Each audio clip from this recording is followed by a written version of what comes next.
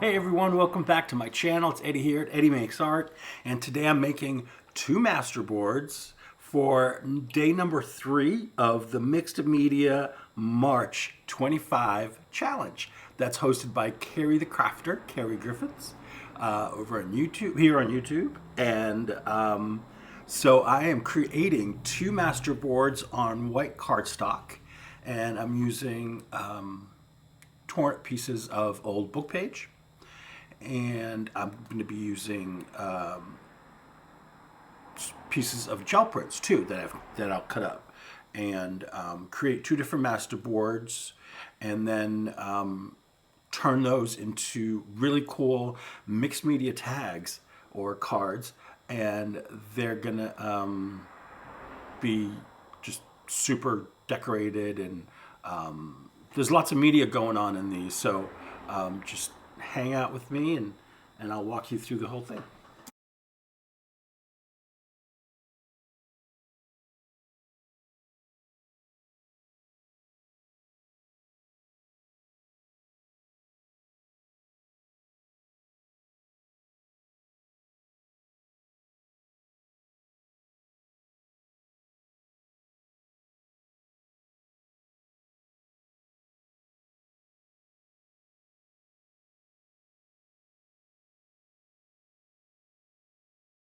So I hope everyone is doing well, and I hope you're having fun during this challenge. I know it's the very beginning, and don't be intimidated and don't feel stressed. There's no time limit.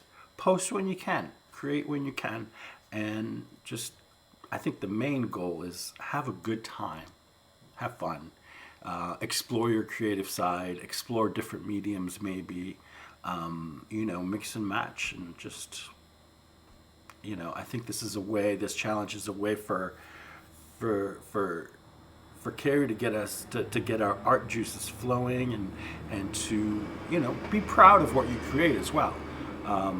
So you post one every day on social media, whether it's a video or a photo, or a combination. Just make sure you use the hashtag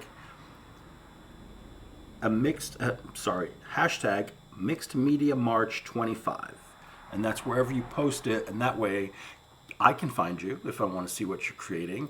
Carrie can find you, and others who are participating in the same challenge can find you as well.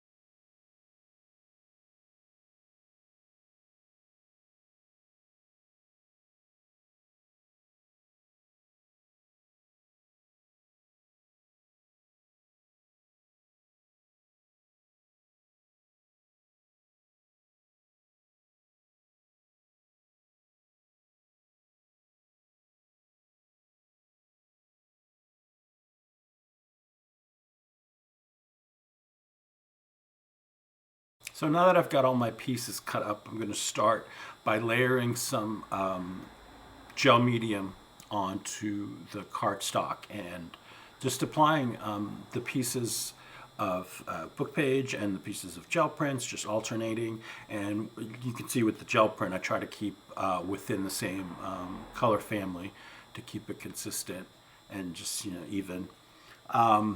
And I'm using for my medium and the Blick acrylic gel polymer, acrylic polymer rather, from Blick. It's really good. However, you got to make sure you work quickly, or you apply enough, because it does dry quickly. So just keep that in mind when you're using it. Otherwise, it's a really good gel medium. And you might see some color run in the medium when I'm spreading it out. Some of the gel prints are actually papers I've sprayed as well. So some of that may run because those dyes or those sprays are mostly water reactive. So obviously with the medium, they will run a little bit. But don't worry about that. That's all going to go away once we start really getting it all together with different, mediums and stuff.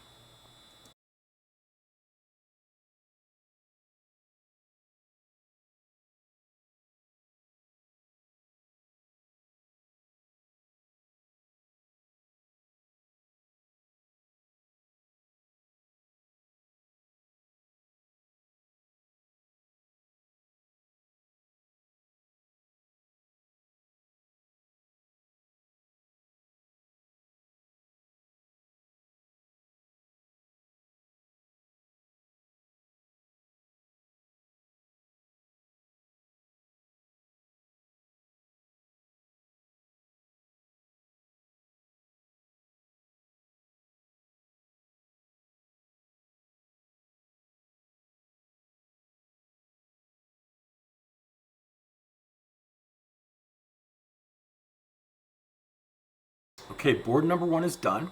And for the second board, instead of chopping up the book pages into smaller pieces, I just decided to use large book pages, just entire book pages, and just glue them down every which way but loose. And then I took some gel prints that are on tissue paper. I tore them up and did just random strips of the different papers or tissue. However, I forgot to press play, record on the camera. So you'll see like a second of me tearing up a gel print on tissue. But it's not, you didn't miss a whole lot. So on the other side of that, I'll show you what it all looks like, just, the book page with the tissue glued down onto it. And I think it's a cool effect. I think it works well. And man, I'm really trying to use up a lot of the prints I have. I do have a couple of big stacks of gel prints on tissue and paper. So I'm trying to come up with projects to use them. And I know a lot of you have asked, what do you do with your gel prints? What do I do with all these gel prints? And, so I'm trying to work on ideas to help you and myself use up those gel prints that are that you've created. Some beautiful prints, I'm sure, and they're just sitting around. So let's find ways to use them up.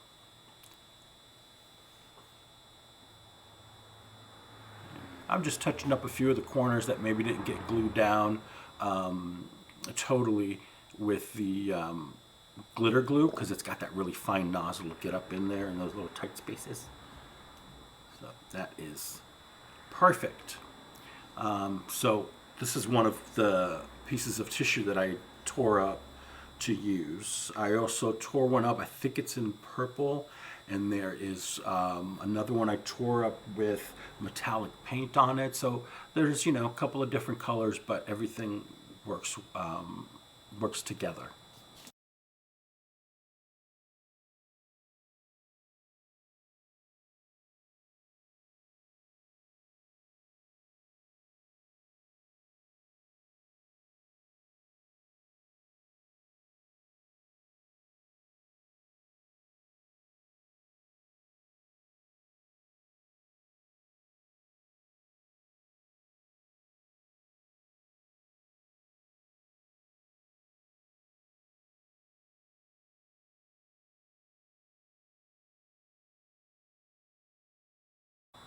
So the next step is applying some gesso, and I'm just going to use my scraper there that you see on the right, and I'm going to scrape on some white acrylic gesso just to kind of like push everything back a little bit, because like I said, we're adding some more media, so I want every layer to work well together. So I think that with the gesso in between, it kind of helps pull everything together instead of just being a big old mess.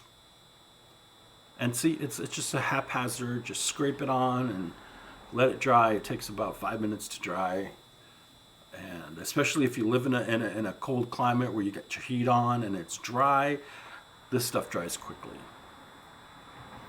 And I'm using the Liquitex white gesso. I love it. It's very economical and it works really well. So yeah, try that if you're looking for a gesso. I believe they also make it in black, but don't quote me on that. I'm not sure. And I'm just taking a paper towel and dabbing up. I had a few little like thicker areas that I wanted to thin out, so I just used the paper towel just to kind of go over it and pick up those spots. So now that these are dry, I took out my Tim Holtz Distress crayons, and I got these a long time ago, but they last a long time. I don't use them, all that often, but when I do, I love using them. And what I do is I rub, right on the paper. I make marks. I take some water. I mist it because these are water reactive. And then you can see I'm just using my finger to spread it out and give this masterboard another layer of color and interest. And I'm going to do that to the other board as well, and then you'll see, then we'll get to the next part.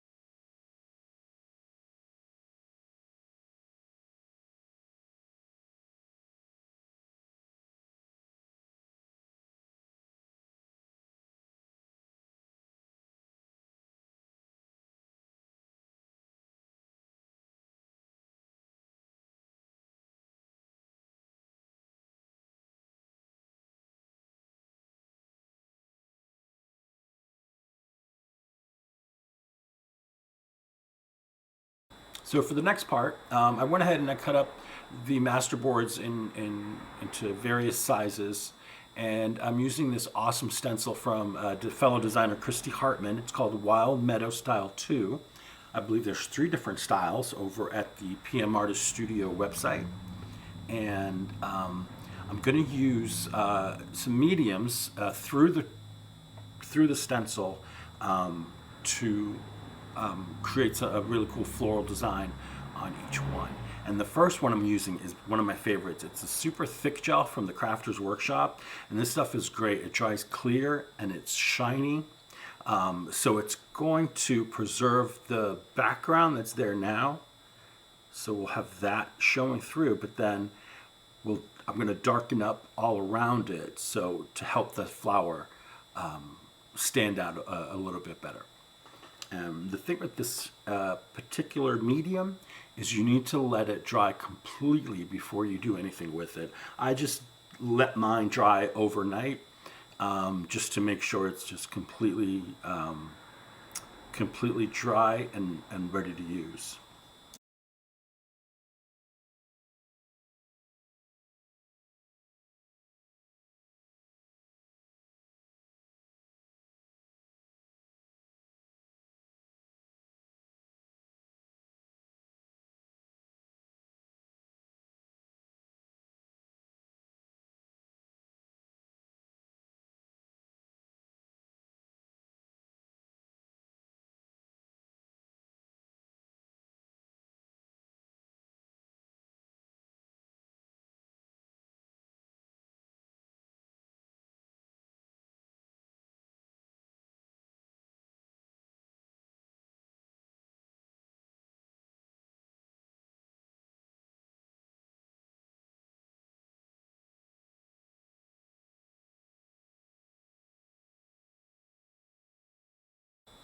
Okay, so that's another one with the clear gel. And I'm going to move on to another card. And I think this one's still going to be with the clear gel. And yeah, it goes on, glossy or, like white, opaque, but it dries completely clear. You've seen me use it before if you've watched any of my videos.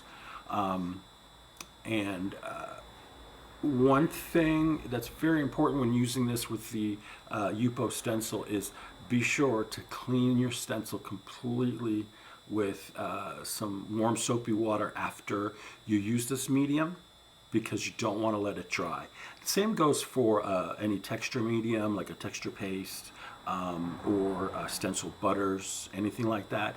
Wash the Yupo off immediately so that you don't ruin the stencil, because otherwise that dries on there like cement and it ruins the stencil. So keep that in mind. So let's move on to some stencil butters. This one's a raspberry swirl. So I'm going to do this one, these butters in a couple of different colors. So I'll let you watch all that, and then we'll move on to the next part, which is really fun.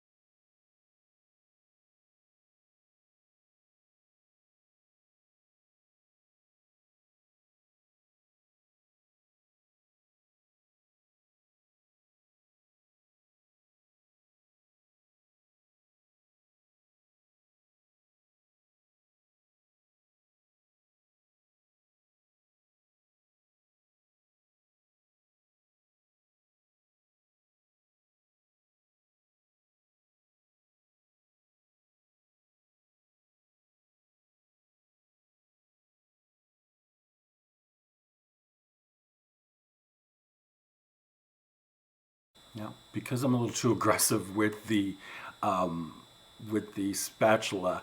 I'm using this little silicone brush to kind of clean up some of the edges, and it works really great. It doesn't, it bends to exactly where you want it to go. You scrape up what you need to, and it cleans it up a little bit more. Not that I care, but it's all good. So for the next step, I'm pulling out the watercolors. So yeah, another medium.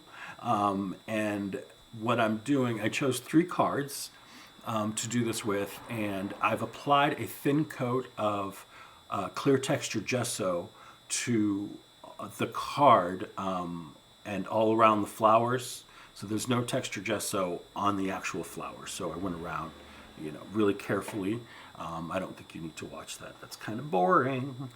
But yeah, the clear texture gesso works really well. So that way, I'm not going to disturb the water, the water or the medium underneath that's reactivated with water is what I'm trying to say. So yeah, keep that in mind. That's an important step, is to apply that clear texture gesso.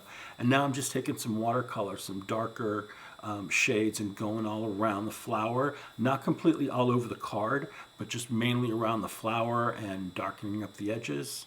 And I'm going to do this in a couple of stages so as not to get it too dark too fast. So, and then the great thing about this clear gel is that you can come in with your paper towel and just wipe off any excess of the watercolor that gets onto it. And it's nice and clear, so you can see the flowers already starting to stand out more from the card.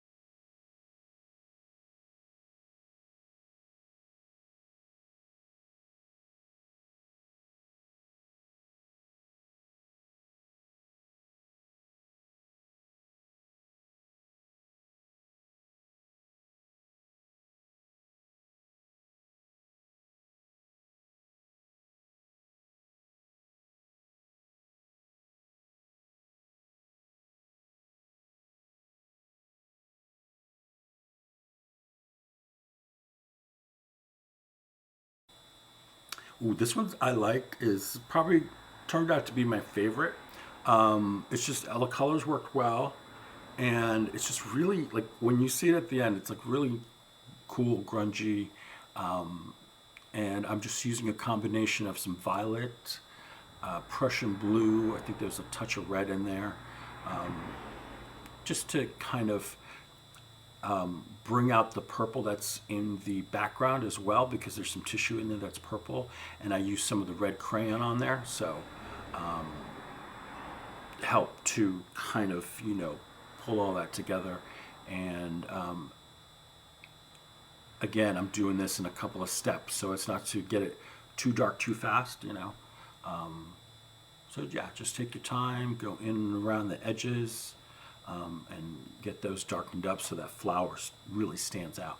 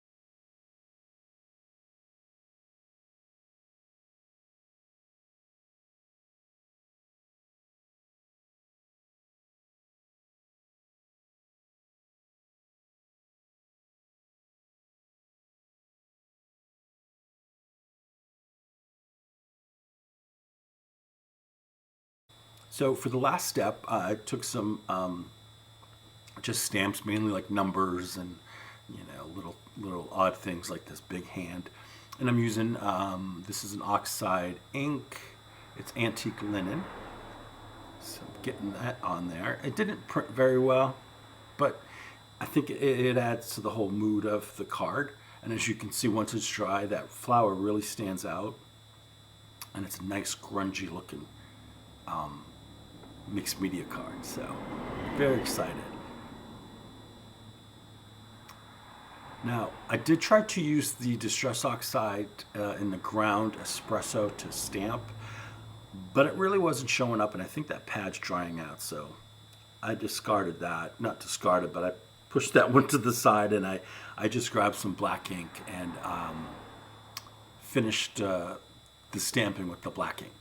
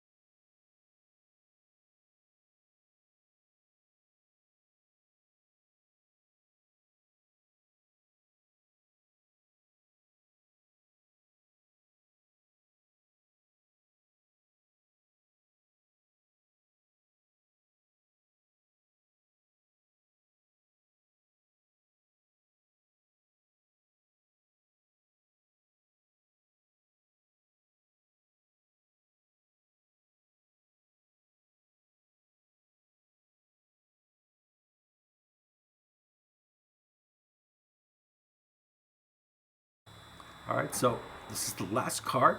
I hope you've enjoyed this little video making these mixed media cards, and good luck in your mixed media March challenge.